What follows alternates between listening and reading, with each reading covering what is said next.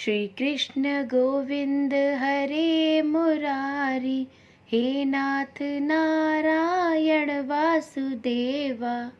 राधे कृष्ण राधे कृष्ण राधे कृष्ण राधे कृष्ण। ओम नमः शिवाय। जय श्री कृष्णा। आप सभी का सनातन धर्मसार चैनल पर बहुत बहुत स्वागत है। योगिनी एकादशी इस बार 2 जुलाई को है। पंचांग के अनुसार यह व्रत प्रत्येक वर्ष आषाढ़ माह के कृष्ण पक्ष की एकादशी तिथि को रखा जाता है। ऐसा कहा जाता है कि योगिनी एकादशी पर भगवान विष्णु की पूजा आराधना करने से कुष्ठ रोग से मुक्ति मिलती है। साथ ही व्यक्ति के सभी पाप नष्ट हो जाते हैं। जो भी व्यक्ति योगिनी एकादशी का व्रत रखता है उसे 80,000 ब्राह्मणों को भोजन कराने के पुण्य जितना पुण्य प्राप्त होता है। लेकिन योगिनी एकादशी व्रत तब तक अधूरा माना जाता है जब तक व्रत की कथा को सुना और दूसरों को सुनाया न जाए। तो देर किस बात की, आज की वीडियो में हम सुनते हैं योगिनी एकादशी की व्रत कथा।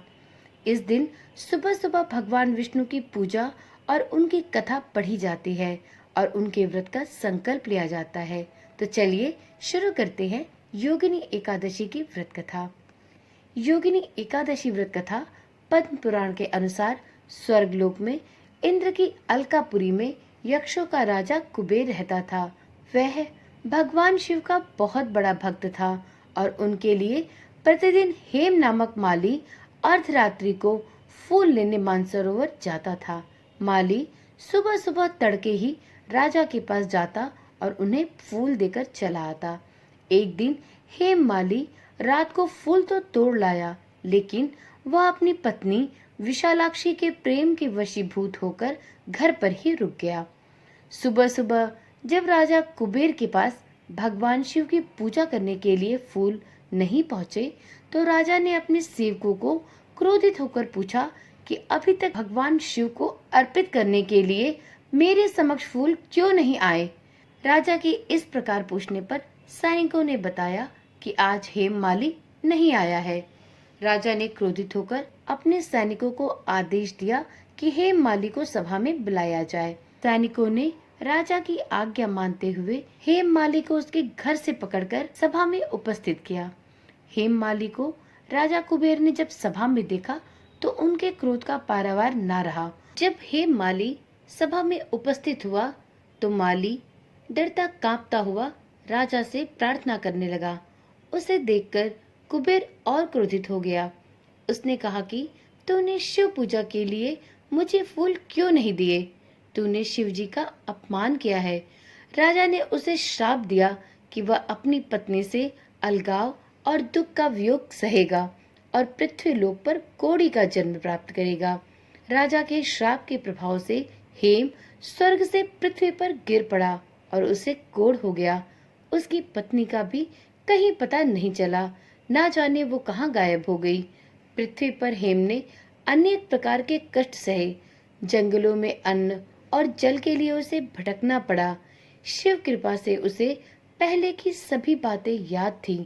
एक दिन वह भटकते हुए मार्कंडेय ऋषि के आश्रम में जा पहुंचा। उनको प्रणाम करके वह उनके चरणों में गिर पड़ा। मार्कंडेय ऋषि ने उससे उसके इस कष्ट और शोचनीय दशा का कारण पूछा तो उसने ऋषि को सब कुछ बतला दिया।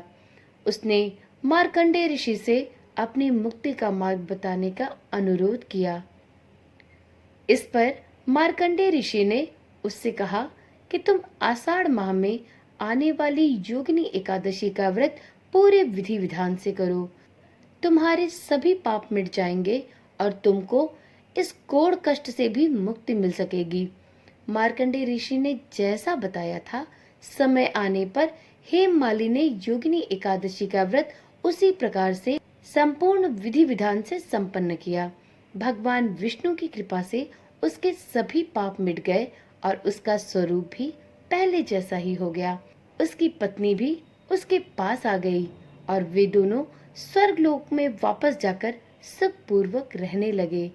तो एक बार प्रेम से बोलिए, विष्णु भगवान की जय। हे विष्णु भगवान, हे जगत पालन करता, जिस प्रकार आपने हेम माली को उसके सभी रोगों और कष्टों से मुक्ति दिलाई और उसे स्वर्ग का मार्ग प्रशस्त किया, उसी प्रकार अपने सभी भक्तों की रक्षा करना, उनके सभी कष्टों को दूर करना और अपनी कृपा दृष्टि बनाए रखना।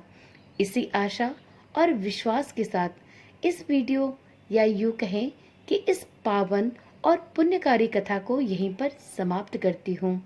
फिर मिलेंगे एक नई वीडियो, एक नई कहानी के साथ। तब तक के लिए ओम नमः शिवाय, जय श्री कृष्णा, राधे राधे।